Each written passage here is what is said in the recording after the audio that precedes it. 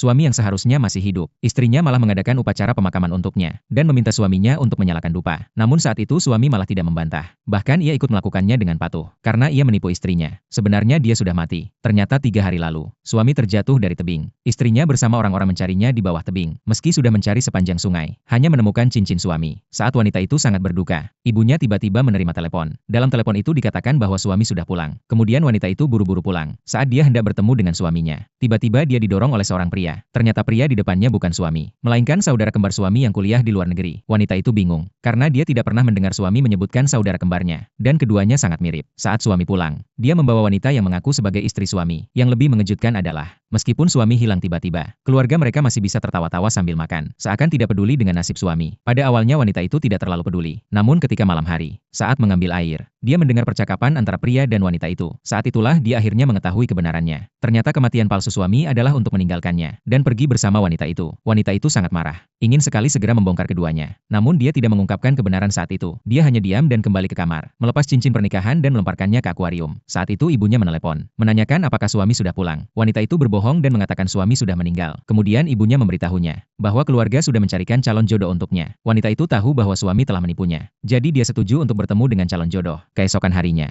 melalui pengantar sepupu, wanita itu pergi ke tempat perjodohan. Orang yang ditemuinya tidak hanya tampan, tapi juga seorang miliarder. Yang paling penting adalah dia tidak mempermasalahkan wanita itu yang sudah memiliki anak. Karena dulu wanita itu pernah menyelamatkan hidupnya. 3 tahun lalu, CEO perusahaan mendadak membutuhkan darah panda. Dan kebetulan wanita itu memiliki golongan darah tersebut. Dengan kebaikan hatinya, dia segera mendonorkan darah. Tanpa disangka, sejak saat itu CEO tersebut mulai tertarik padanya. Sekarang setelah mendengar kabar bahwa suaminya sudah meninggal, CEO itu berani untuk mengungkapkan perasaannya. Untuk memberikan rasa aman, dia memberikan wanita itu kartu ban dengan saldo 5 juta. Tidak hanya itu, CEO juga menyiapkan boneka untuk putri wanita itu. Wanita itu sangat tersentuh oleh ketulusan CEO. Dia merasa inilah orang yang seharusnya mendampinginya sepanjang hidup. Namun malam itu, wanita itu mendengar suara aneh dari kamar sebelah. Dia berpikir, jika suaminya bersikeras berpura-pura menjadi kakak kembar, dia akan membiarkan mereka. Lalu dia segera menelepon rumah duka, meminta mereka untuk mengadakan upacara pemakaman untuk suaminya. Itulah yang menyebabkan adegan di awal cerita. Melihat istrinya mengadakan pemakaman untuknya, suami sangat marah. Tapi dia tidak bisa menunjukkannya, karena itu akan membongkar kematian palsunya. Saat istrinya meminta dia untuk menyalakan dupa, dia hanya bisa patuh tanpa kata. Saat itu ibu mertua tidak tahan. Dia langsung berkata bahwa anaknya belum mati. Istrinya melakukan itu untuk mengutuk anaknya. Beruntung wanita itu segera berdiri membela, sehingga kejadian kematian palsu suami tidak terbongkar. Tak lama kemudian, asisten CEO datang membawa undangan, mengundang keluarga suami untuk datang ke pernikahan, serta menjemput tunangan CEO. Saat itu suami tampak bingung, namun dia tidak tahu jika tunangan CEO adalah wanita di depannya. Kemudian mereka menuju keluar. Ternyata mobil CEO sudah berhenti di depan pintu. Keluarga jahat itu mengira mereka yang datang untuk menjemput mereka, sehingga mereka langsung berjalan ke arah mobil. Namun asisten CEO meminta mereka pergi, karena mobil itu datang